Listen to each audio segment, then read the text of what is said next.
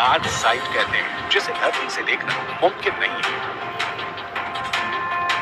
चंद्रमा का जो हिस्सा हमें धरती से नजर नहीं आता, उसे वैज्ञानिकों ने चांद का डार्क साइड नाम दिया है। इसे डार्क साइड के अलावा फार साइड भी कहा जाता है। भारत के चंद्रयान 3 मिशन का मकसद भी इसी डार्मा का दक्षिणी ध्रुव, जहां चंद्रयान 3 के लैंडर ने सॉफ्ट लैंडिंग कर इतिहास रच दिया है। चंद्रयान 3 का विक्रम लैंडर चांद के दक्षिणी ध्रुव पर उतरा है। चंद्रमा का ये हिस्सा उसका सबसे ठंडा इलाका है, क्योंकि यहाँ सूरज की रोशनी बहुत कम पहुँचती है। सूरज की किरण तिरछी पड़ने की वजह से चांद के दक्षिणी ध्रुव के ज्यादातर हिस्सों पर काफी अंधेरा रहता है।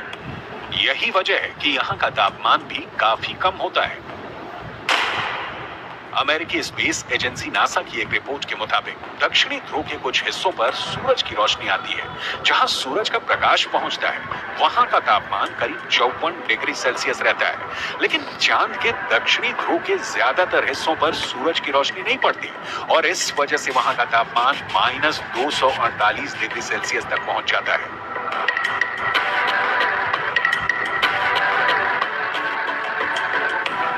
नासा के मुताबिक चांद के दक्षिणी ध्रुव पर बर्फ है।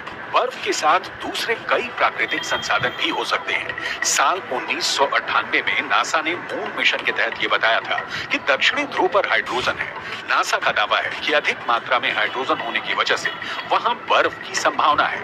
इसके अलावा चांद के दक्षिणी ध्रुव पर बड़े बड़े पहाड़ और कई गड्ढे हैं। चंद्रमा पर नजर रखने वाले वैज्ञानिकों की माने तो चांद के दक्षिणी सतह पर कई सारे गड्ढे ऐसे भी हैं जहां अरबों साल से सूरज की रोशनी नहीं पड़ी है। ऐसे में चंद्रयान 3 का चंद्रमा के ऐसे इलाके में जाना और जानकारी जुटाना अब तक के हुए सभी मून मिशन के बीच मील का पत्थर जैसा है। और स्पेस साइंस की दुनिया में यह ऐसा करिश्मा है जिसे अभी तक कोई देश नहीं कर सका था। चांद के दक्षिणी ध्रुव वाले हिस्से में बड़े बड़े क्रेटर हैं, जिन्हें आम बोलचाल की भाषा में गड्ढा कहा जाता है।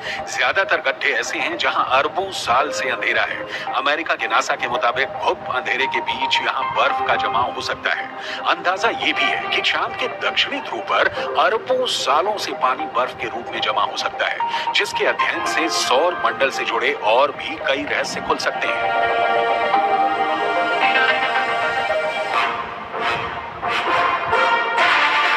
यानी भारत का चंद्रयान 3 चांद के उस हिस्से में पहुंचा है गुरुत्वाकर्षण बल के कारण चंद्रमा उसके चारों ओर चक्कर लगाता रहता है। धरती का यही गुरुत्वाकर्षण बल हमें चांद के दूसरे तरफ को देखने नहीं देता।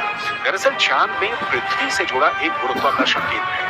गुरुत्वाकर्षण केंद्र चांद के बीच में नहीं बल्कि उस हिस्से में है जो धरती की तरफ है। पृथ्वी का गुरुत्वाकर्षण बल चांद को अपनी तरफ खींचे रखता है। इसी वजह से चांद एक ही स्थिति में धरती के चारों तरफ घूमता रहता है और चंद्रमा का दूसरा हिस्सा धरती से नजर नहीं आता। धरती से 3,84,000 किलोमीटर की दूरी तय करके चांद पर पहुंचा विक्रम लैंडर चांद के उस दक्षिणी ध्रुव के तिलिस्म को तोड़ने वाला है। इसरो के मुताबिक चंद्रयान 3 के 3 अहम मकसद है। पहला, विक्रम लैंडर की चांद के दक्षिणी सतह पर सुरक्षित और सॉफ्ट लैंडिंग। दूसरा, प्रज्ञान रोवर को चांद की सतह पर चलाकर दिखाना। तीसरा, वैज्ञानिक परीक्षण करना जिसकी धमाकेदार शुरुआत चंद्रमा के रहस्यों की खोज में सबसे पहली कामयाबी 1959 में तब के सोवियत संघ को मिली थी, जो अब रूस के नाम से जाना जाता है। 12 सितंबर 1959 को धरती से लॉन्च किया गया रूस का स्पेसक्राफ्ट लूना 2 चांद की सतह से जा टकरा। 7 बरस बाद 1966 में सोवियत संघ ने एक बार फिर चांद पर दस्तक दी। 3 फरवरी 1967 को लूना 9 चांद की सतह पर पहली बार सॉफ्ट लैंडिंग करने में कामयाब हो गया। ये वो वक्त था जब सोवियत संघ और अमेरिका के बीच शीत युद्ध चल रहा था। दोनों देशों में धरती के साथ साथ स्पेस रिसर्च को भी लेकर एक होड़ लगी थी। इस होड़ का सबसे अहम हिस्सा चांद तक पहुंचने की दौड़ थी। सोवियत संघ को पीछे छोड़ने के लिए तब अमेरिका ने इंसान को चांद तक ले जाने और सुरक्षित वापस लाने का लक्ष्य तय किया। Before this decade is out, of landing a man on the moon and returning him safely to the earth. 1, 0 अंतरिक्ष यात्रियों को चांद की कक्षा में पहुंचा दिया। ऐसा पहली बार था जब इंसान चांद के इतने करीब पहुंच गया था। इसके बाद वो दिन भी आया जब अमेरिका ने चांद पर इंसानों को उतार दिया। ये मिशन था अपोलो 11। अपोलो 11 के जरिए अमेरिका ने चांद तक ऐसी छलांग लगाई जिसे आज तक कोई दूसरा देश दोहरा नहीं पाया। वो छलांग थी चांद पर इंसानों का पहला कदम।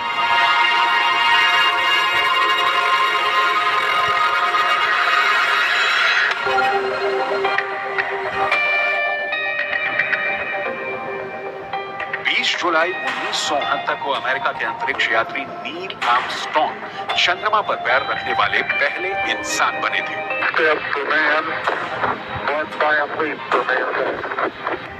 चांद पर उतरने वाला लूनर लैंडर 2 लोगों को लेकर गया था। नील आर्मस्ट्रॉन्ग के चांद से मून रॉक्स लाकर एक अलग इतिहास रचा। अपोलो 11 मिशन के दौरान करीब 22 किलो सामान चंद्रमा से लाया गया था। इसमें तकरीबन 50 चांद के चट्टानों के टुकड़े और चांद की मिट्टी शामिल थी। चांद पर पहुंचने की स्पेस रेस आगे भी चलती रही। इस दौड़ में यूरोपियन एजेंसी की सतह पर पानी की खोज की। को समझने की जिज्ञासा इंसानों में पहले भी थी और आज भी है और आगे भी रहेगी। यही जिज्ञासा भारत के चंद्रयान मिशन का मूल आधार है। इसी जिज्ञासा को शांत करने के लिए इसरो ने चंद्रयान 3 को चांद पर भेजा है। चंद्रमा के बारे में काफी कुछ खोज लिया गया है, लेकिन अभी भी ऐसे तमाम रहस्य छिपे हुए हैं जिसके बारे में हमें नहीं पता है। उन्हीं जानकारियों को चांद पर पहुंचा भारत का विक्रम लैंडर और प्रज्ञान रोवर देने वाला है।